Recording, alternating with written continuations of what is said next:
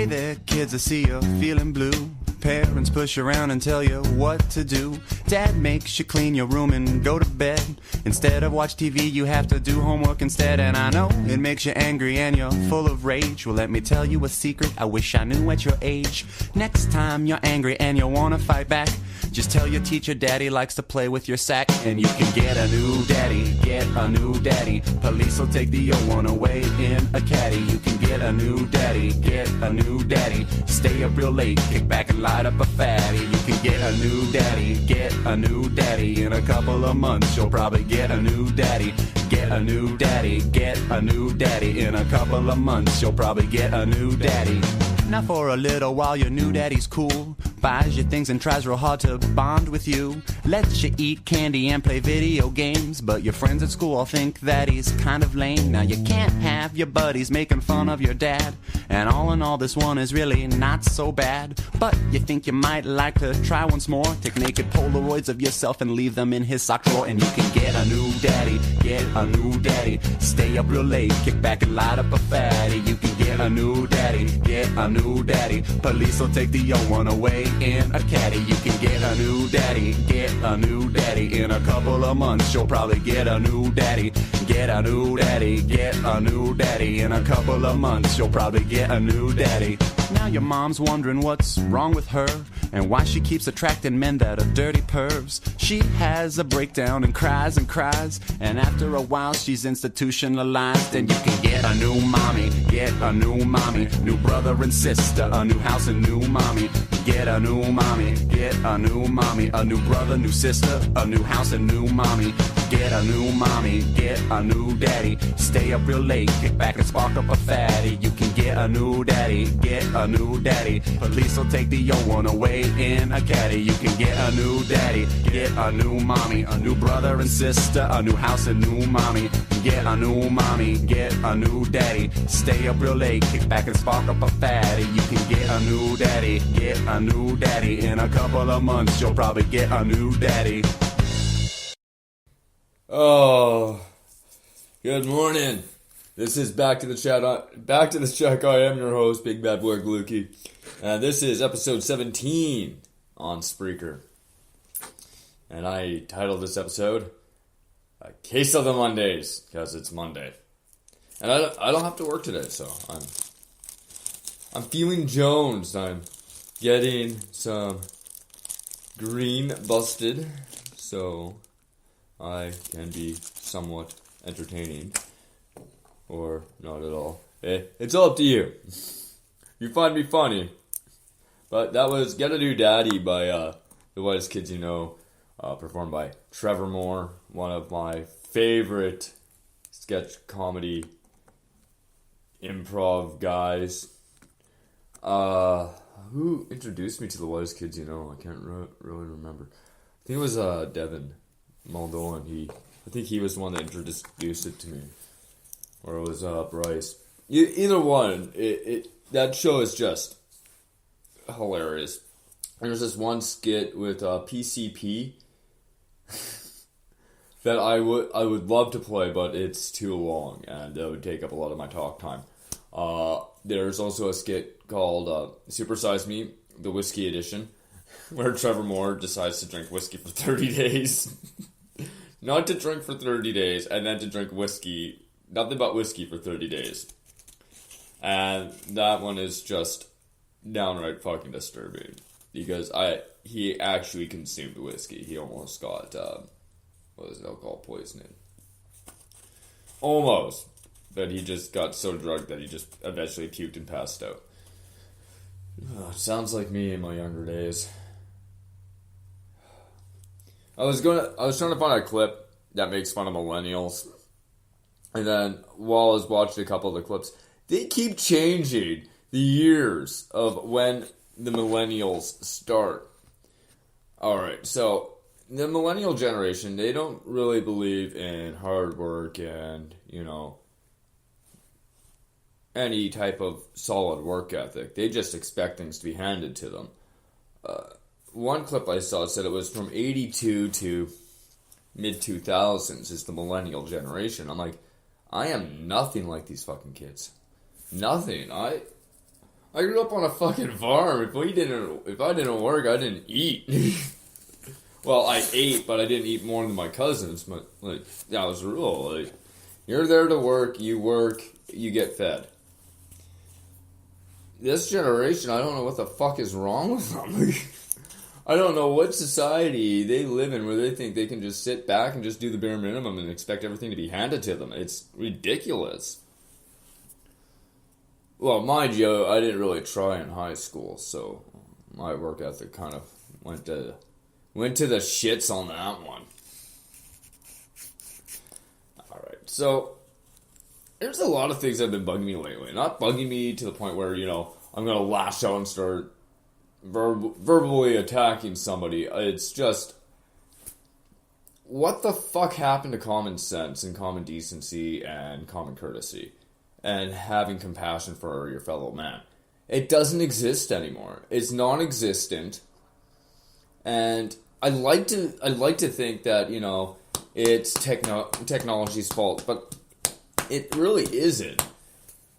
It's the age that we live in where we're so focused on technology where we don't care about anybody else. There's no more empathy. There's no more, actually showing genuine care for somebody and wanting to help somebody. There is none of that. It's all about own personal gain, and our Prime Minister and the President of the United States are shining examples of what's wrong with society today. Let's take Donald Trump for example. First, he went through 4 or 5 different bankruptcies where he would just buy real estate companies and they get tired of them, fold them, declare bankruptcy, government gives him money. He'd use that money to buy more real estate. Got tired of those companies. Well, let's sell those to clear bankruptcy. Government gives them even more money. That's just lazy. There's no work behind it. It's just like, oh, I got some money. I'm just gonna buy these companies.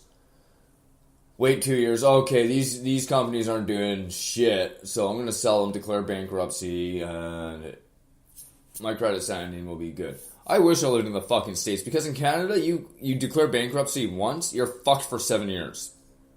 And nobody in Canada realizes that. You can't do your taxes for 7 fucking years. You declare bankruptcy, they pay you right out. And then you can't rent, you can't get a cell phone, you can't finance a car, you can't finance a house, you can have a bank account, you can have a solid bank account, but you can't get credit cards. You can't really do much if you declare bankruptcy in Canada. But in the United States, I think they changed the laws since Donald Trump did all that stupid, shady shit. It's just annoying. It really is. There's no work anymore. There's nobody actually coming in and actually being, you know what, I'm here to work. And I walk past, if you're in Winnipeg,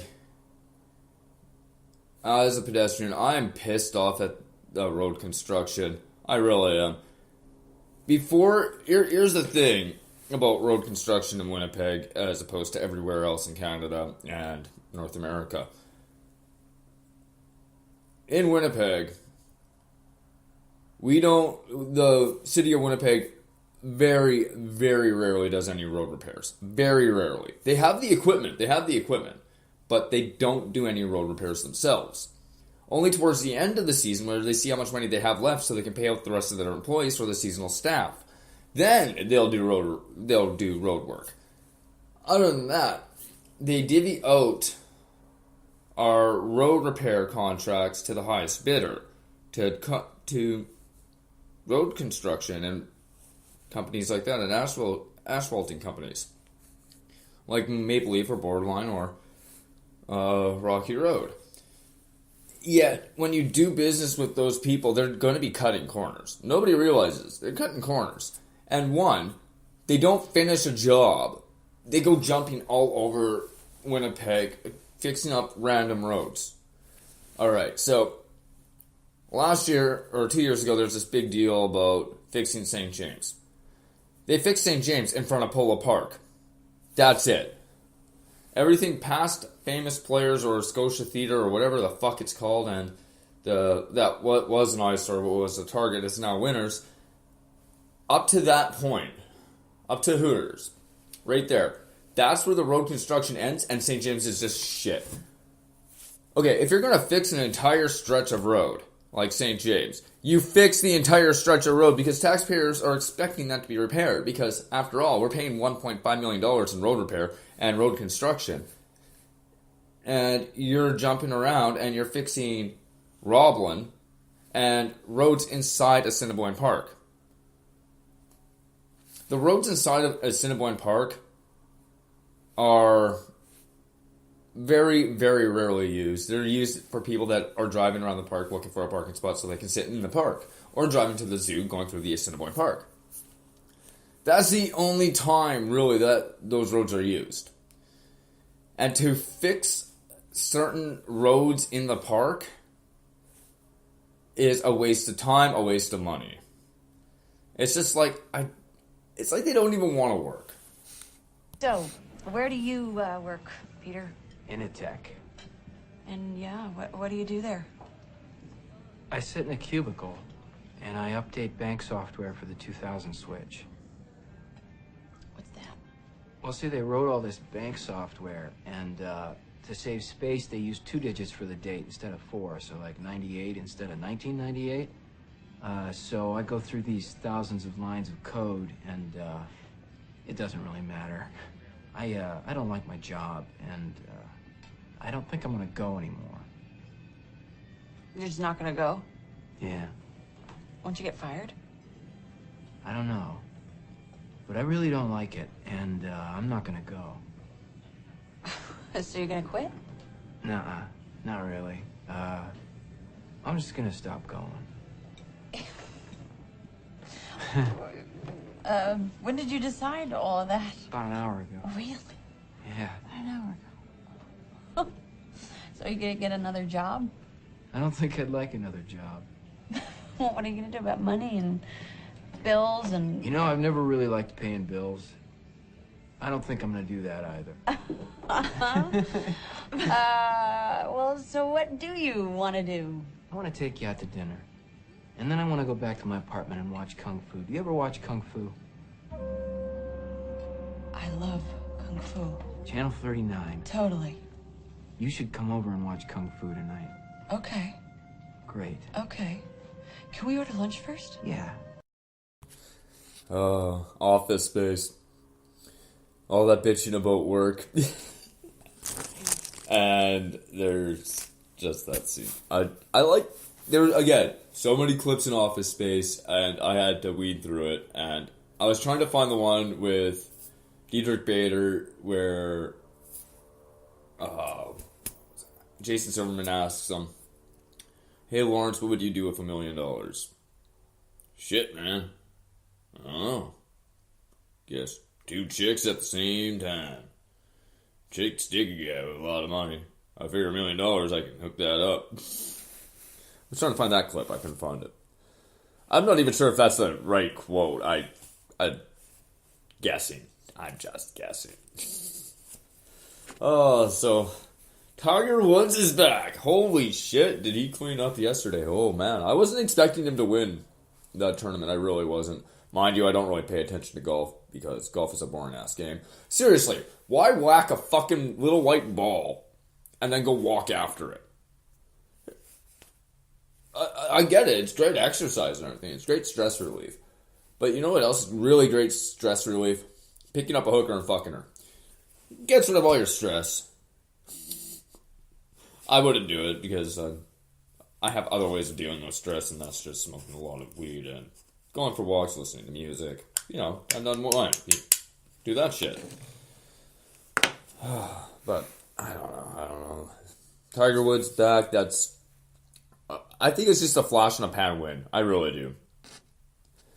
He's gone through so much shit in his career. This is his, I think it's his 14th win. His